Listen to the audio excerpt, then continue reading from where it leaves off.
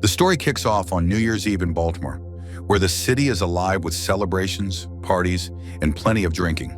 But suddenly, the joyful night spirals into chaos when an unknown sniper begins taking out people from afar. With no mercy, the shooter opens fire on multiple buildings, killing random victims with chilling precision. Nearby, rookie cop Eleanor is mediating a minor issue between a cafe owner and a rowdy drunk. Out of nowhere, she receives an urgent dispatch. Every available unit is being called to a plaza where a massacre is unfolding. She rushes to the scene, and it's revealed that 25 people have already been hit, 17 confirmed dead. Moments later, Eleanor arrives at a residence where a teenager was shot through the window. Police quickly trace the bullets back to a specific apartment on the 17th floor. But before they can act, the place explodes, shaking the whole building. Chaos erupts as panicked residents flee. Amid the confusion, Eleanor records a video, hoping to catch the shooter slipping away. Soon, police and fire crews storm the smoking building, with Eleanor among them. They enter the demolished apartment only to find no bodies inside. Overwhelmed by the smoke, Eleanor passes out, until Detective Mack revives her with an oxygen mask. That's when FBI agent Jeffrey Lamarck shows up, and they learn the apartment is owned by a Norwegian man currently in Oslo.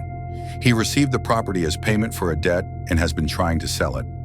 Later at the precinct, Lamarck briefs the team, then urges Deputy Governor Capleton to shut down the highways to trap the killer. But Capleton refuses, worried it'll cause public panic and hurt the governor's image. Later, Eleanor chats with a fellow officer about the killer, catching Lamarck's attention. He asks for her opinion, and she theorizes the shooter is driven by some twisted emotional release. That would explain why he stopped at 29 victims instead of continuing. Lamarck wonders why the killer didn't do more, and Eleanor suggests maybe the urge was fulfilled, for now. The idea sticks with Lamarck. The following morning, Eleanor gets a call from her boss. Lamarck wants to meet immediately.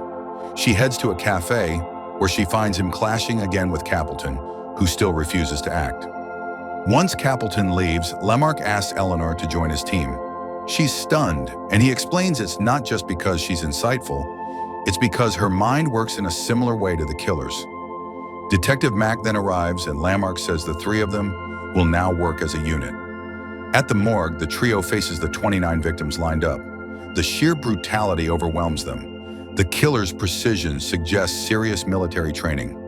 Lamarck notes the victims vary in gender, race, and age, so there's no obvious link. Then an officer bursts in. There's a suspect. They rush to the site, where a SWAT team has surrounded a building. Agent Frank says the suspect is a teen living directly above the destroyed apartment. The kid locked himself in during questioning and threatened violence. Frank adds the teen has ADHD, skips school, obsesses over violent games and extremist videos, and recently visited a gun range. Still, Lamarck doesn't believe he's the killer. Eleanor also doubts it, pointing out the apartment had a mattress. Why would that be there if the killer lived upstairs? Frank ignores them, and SWAT breaches the apartment. The terrified teen panics and jumps from his window, falling to his death. It's later confirmed there were no weapons. They got the wrong guy. Frustrated, Lamarck tracks down the painters hired for the apartment 2 years ago, Rodney, Haynes, and Dimitri. He questions them about New Year's Eve, and all offer solid alibis. Rodney stays calm, while Haynes and Dimitri grow defensive, angry at being accused over an old job. Days later, at a mall, an old man tries on clothes. Another man sneaks into his fitting room. The old man's clothes vanish. In the restroom, a stranger bathes using stolen items. A disgusted witness alerts security. By the time guards arrive, the man is gone, but they later catch him in the food court stealing scraps. When ordered to show his bag, he refuses. Suddenly, we cut to Eleanor at a gun store, asking the owner about the killer's weapon, but she's interrupted by an urgent call about a tragedy. When she reaches the mall, she's horrified. Dozens of civilians and officers lie dead.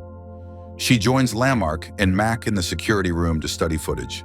The shooter is tall, white, and thin, wearing a hood to hide his face. They trace his shirt to the bathroom and plan to test it for DNA. Eleanor observes he came for food and hygiene, not just to kill. He only ate vegetables, suggesting he's a vegetarian. Lamarck points out his efficiency. He was likely raised around expert marksmen. The team watches in shock as the killer drops grenades in a trash bin, eliminating multiple officers. Unfortunately, his clothes are missing, taken out by a garbage truck. Mac and Eleanor rush to the landfill, hoping to recover them. Meanwhile, Lamarck faces pressure from Capleton, who's only concerned with political optics. Mac and Eleanor finally retrieve the clothing, giving the team hope. Soon, a news anchor airs mall footage, asking for public help. Eleanor digs into Rodney's finances and is stunned. He was juggling multiple jobs, implying he subcontracted work. Lab tests on the shirt reveal brittle hairs, consistent with head trauma. On TV, callers start chiming in. One man eerily praises the killer, calling him a soldier of the Invisible Army, a group fighting corruption. When the anchor doubts him, the caller threatens his daughter at college. He seems to know details only the killer would. The FBI traces his call. They deploy agents and SWAT by chopper. The man belongs to a pro-gun group, hates liberals and Jews, and is deeply anti-government. Lamarck and Eleanor are skeptical.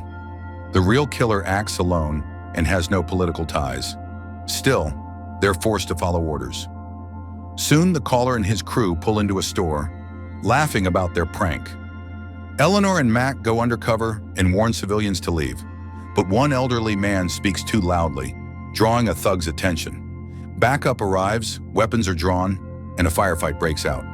Most thugs are killed. One survivor is arrested and claims the Invisible Army was a hoax.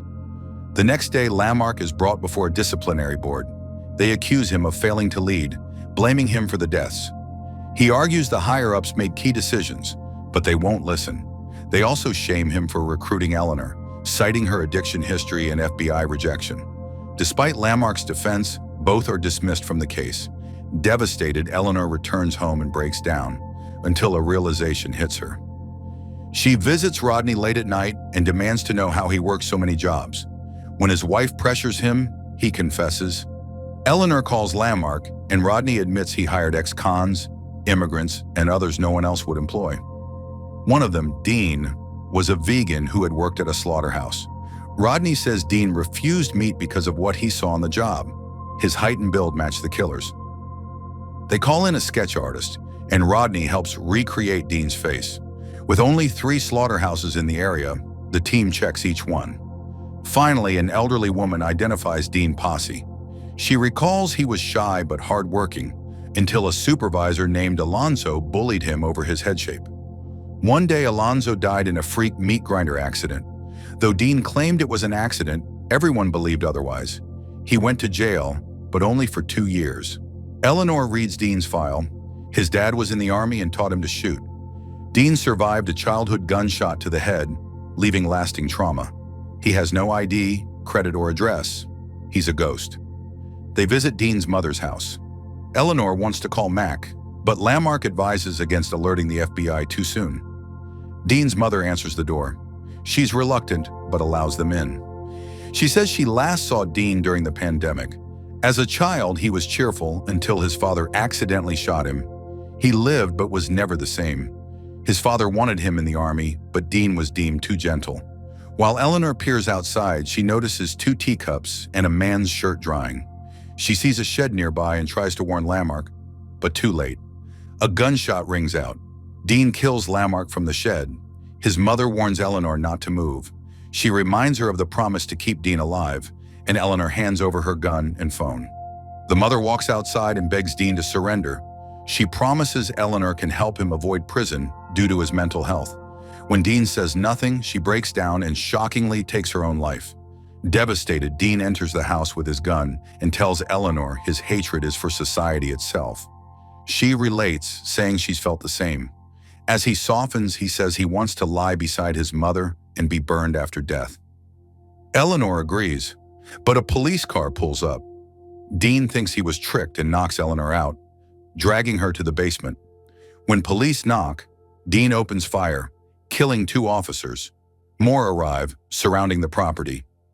Eleanor begs Dean to stop and untie her. Before the police storm in, a bomb explodes. In the chaos, Eleanor bites Dean's neck. Though bleeding, Dean spares her and walks outside. Eleanor escapes and tells Mac he's alive. Officers chase Dean into a field and shoot him down as he raises his rifle. In the end, Eleanor meets with her superiors and Capleton. They want to cover up the operation and take credit. They offer her a role as an analyst, but Eleanor refuses. She demands Lamarck be honored with a Medal of Valor and that his benefits go to his spouse. She also insists on becoming a special agent. The officials agree. As they head to a press event, Eleanor returns home, still haunted by Lamarck's death. When the line between justice and obsession blurs, even the hunters risk becoming the hunted. If you enjoyed the breakdown, make sure to like, subscribe, and hit the bell so you don't miss the next killer recap. Thanks for watching. Subscribe for more.